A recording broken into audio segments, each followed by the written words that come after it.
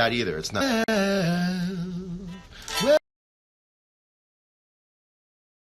Perfect circumstance. Do you hear how it's not?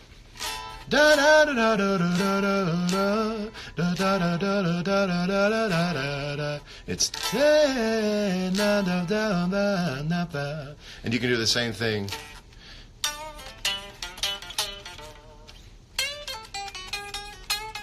There it is.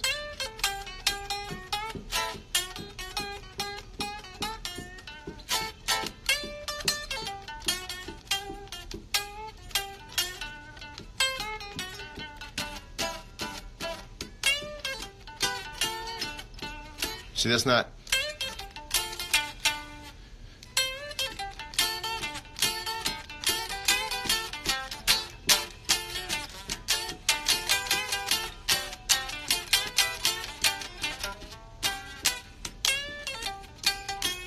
Right?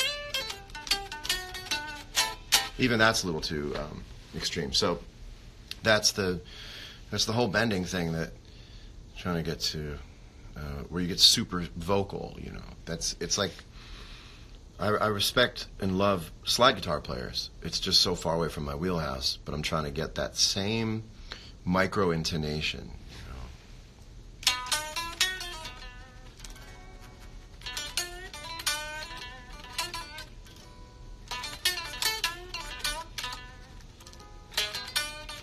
you know. Oh.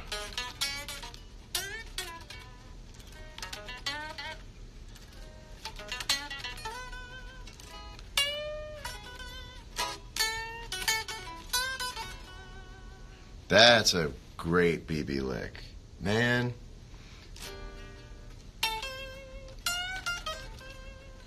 It's another kind of index finger bend. You know, most people are going, but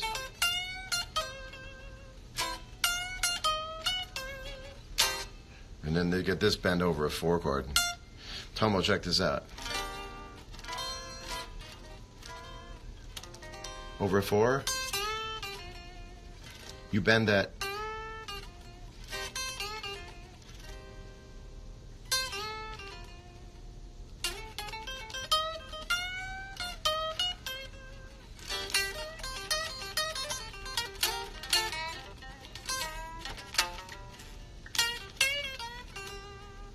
That's it.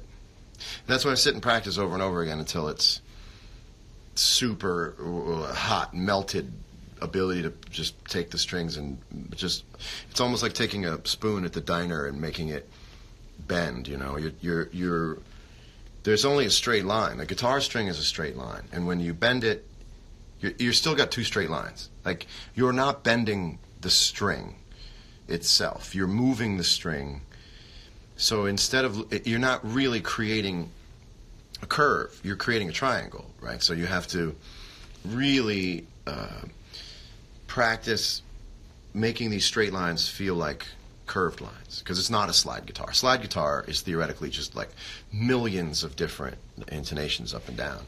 And so what you're trying to do is bend, and it's a little like surfing, you know. You go up, or it's like skating a half pipe, you know. It's very elegant. There's a elegant thing to it. Yeah, the BB thing I spent a lot of time on, and if you watch him, he's not anchored by his thumb, and he's got that speed.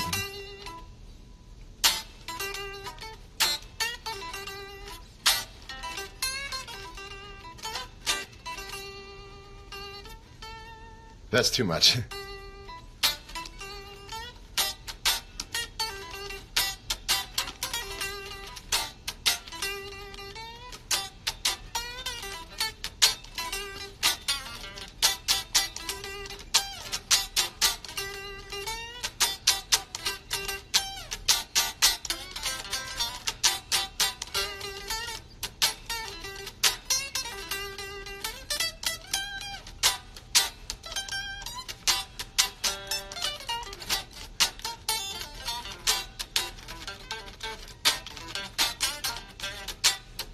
And then I just leave the timing because I get so excited. But you should do it in time if you're playing. Anyway, I'll show you one more thing if you're interested. I got into playing jazz. Not super. Yo, World Star, what's up? World Star, I want to talk to you. World Star, you're at a very interesting impasse in your brand career. Here's the only problem that I have with you, with your product, is that I'm starting to realize that when I'm on social media, we're no longer constrained to like hanging out with people who are like us, and that's good. It's good to be around other points of view.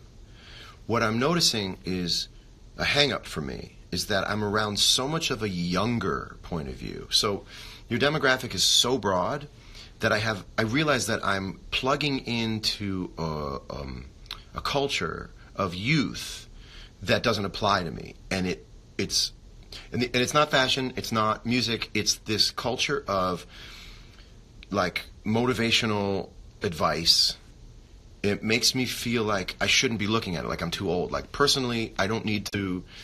I'm not worried about who my real friends are, and I find that when I'm, well, don't say fuck World Star. Let's be a little more nuanced about this, because I'm not telling him or her why I don't want to follow World Star anymore. I do want to follow World Star, but it's a very interesting thing where, like, there are certain things over social media that I feel like we're all exposed to that normally without social media we wouldn't be exposed to it, right? Again, also a good thing, but I don't need to worry about who my real friends are or about how I got to grind at my job or like how I have to follow my heart. And I also like don't need to see set up staged video. Like if I see one more person walk into a convenience store all chesty like they're about to like knock something over, but you know that the guy behind the counter is in on it, like I have nothing against it, except I don't need it in my diet. But I like a lot of other things that are in the World Star diet. But I'm starting to realize that as a 40-year-old, I don't need to get into the psychology of psychology.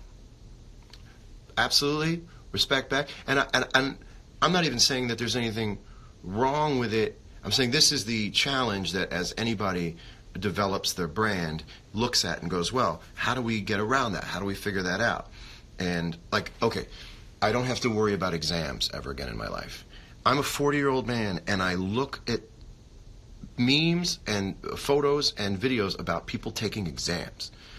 I don't have to take exams anymore, and I don't think I should be looking at it. In a way, I feel like I'm voyeuristically looking at something I have no business in. And that's the challenge. It's not something wrong with World Star, but that's the challenge. You know what I'm saying? How do we get over like internet infantilism? That's my question. You know, because it is funny. Like I think it's funny when a dog has a funny look on it, and it says like when your mom finds out that your friend and I go, I feel like I'm hanging out and like peeking into a stranger's bedroom, you know, like as they talk about homeroom. It just feels weird for me. However, keep those street fights coming. Keep those street fights coming. I tend to watch the most aggressive shit before I go to bed. I don't know why. That should be time where I don't watch that and I like watch soothing things. But let me tell you something. Convenience store fights, parking lot fights, like crazy wait for it's, I'm in. Like maybe this is my CSI. Like a lot of people, this is my 48 hours. This is my crime scene investigation procedural stuff. Is it before I go to bed? I like to watch road rage. I don't know why. It can't be good for me. But yet here we are, and I'm totally caught up on every, like to the last hour. If somebody told a cop to go fuck off and it's any longer than an hour ago, I've seen it.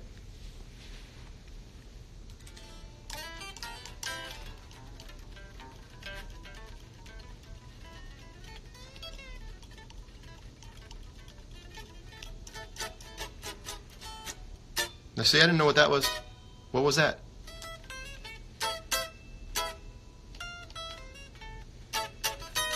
I don't know. It's gone.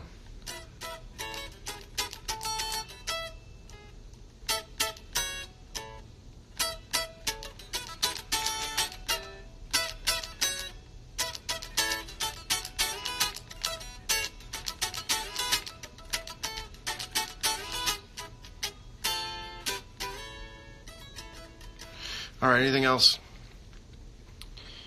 before I take off?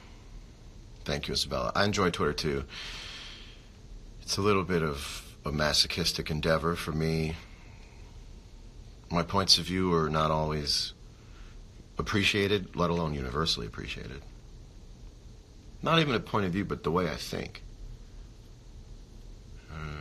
Although for years now, when you grow up your entire life with people saying, like, where did you find this guy? I'm immune to it.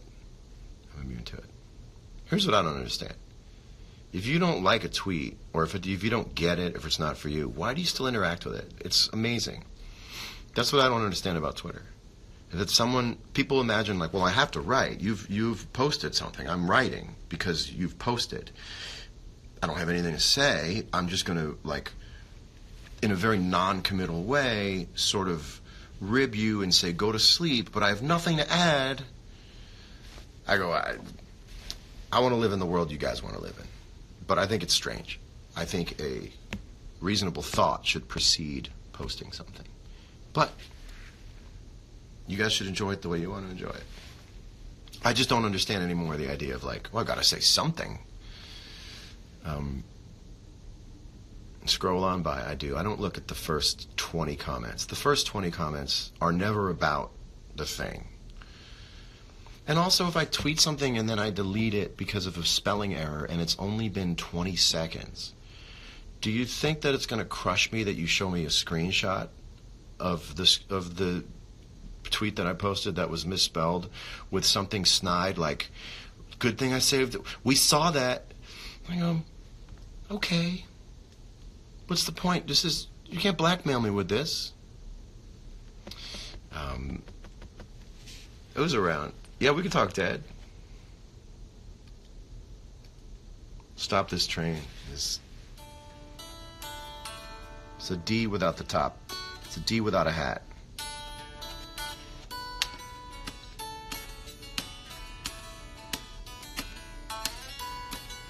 And it's just...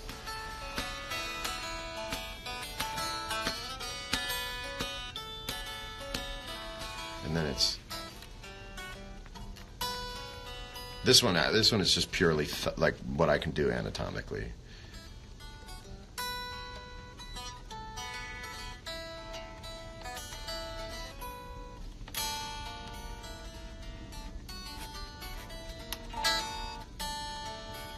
There's also this thing which I do, which is like raking. You do that, Tomo?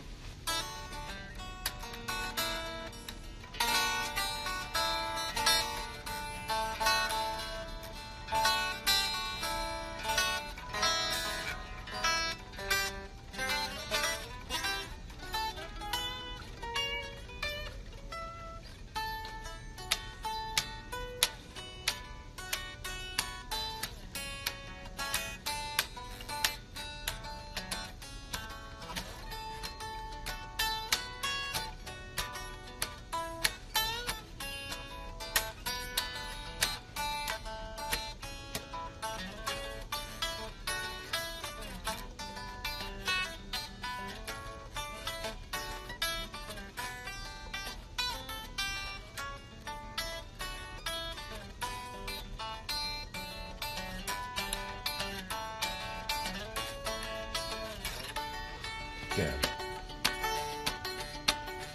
I'm trying not to do that again on the guitar ever. I did it like the... Thank you, Tomo. I did it on so many records and played so many nights where I was keeping time like that, and I just don't like putting on records anymore. Like, I did it so much, and I can actually, like, I won't go so far as to say, like, I ever sit in the car and listen to the radio and go, like, oh, they ripped me off. But there are times I go, like, that's a me thing, when I hear, like a... that thing. Edge of Desire. That's another guitar exercise I was doing.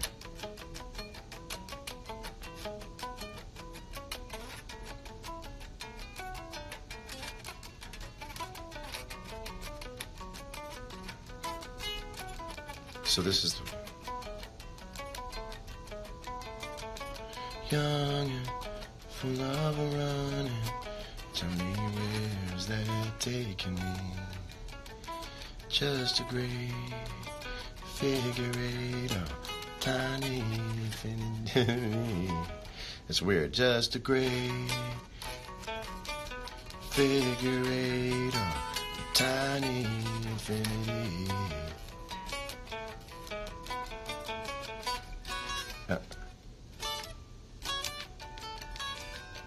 Yeah, right? Tom will make the kids stop with the finger noise. You can use it as some sort of effect somewhere in a song, but as a tick, just get the tick out of there. Yeah, right?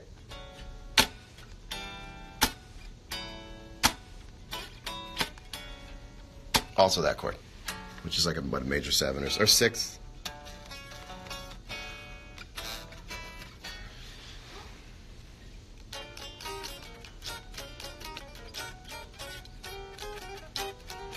That's a good question. I've never gone online to see my tabs. I can't imagine they're all that right, but just remember everything. Here's a great thing, and I'm going to leave you with this because Tom, I agree. I think it's the one thing I will say I think does come from me. So I apologize to you. I'll give myself $50 if I can remember what this point was going to be. It's gone. It's gone.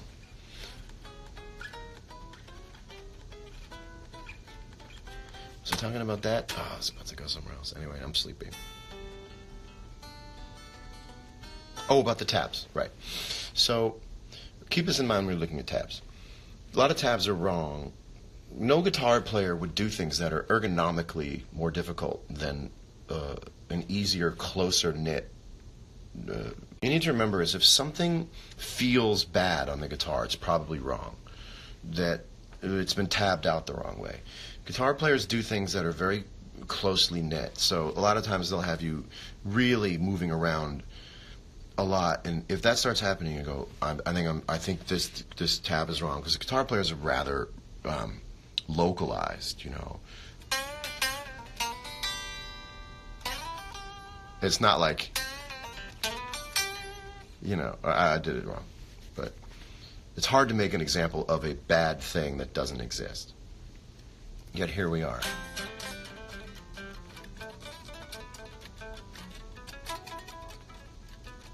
I also think you should play in time. Play with a metronome. I promise you. Play with a metronome.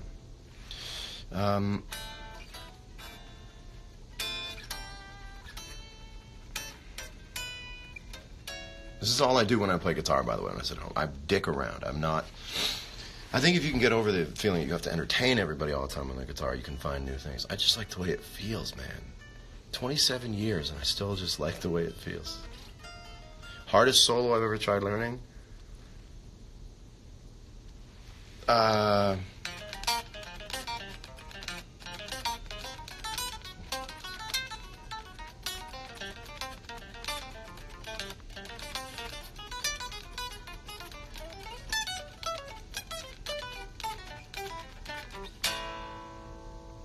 That was people cheer because it's like an acrobatics thing, man. And every night that we have Help Slip on the set list, it's like it's a different night when that's there, because you should put on an Evel Knievel helmet, you know, because it's fascinating.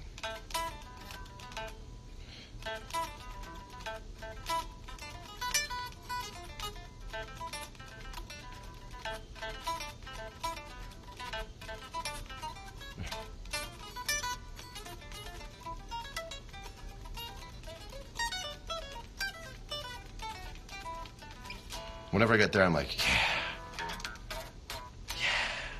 But I think that was always the way that it was. You know. Favorite kind of bean? Baked. And that's not a in-joke. Thank you, Purple Ixons. I'm down to 10% battery, which I hope is actually 20% battery, but Apple's been looking out for me all this time. And you ever think there's like iPhone battery reserve, that the iPhone's like, tell them it's 10, there's an extra 5. Anyway, this was really fun. I will talk to you all again soon.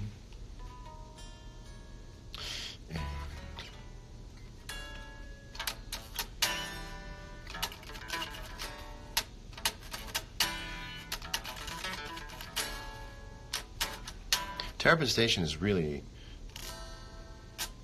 it's right here.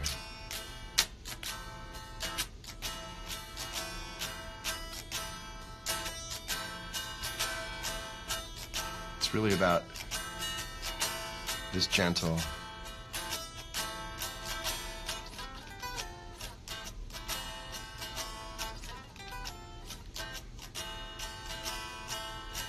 it's really beautiful.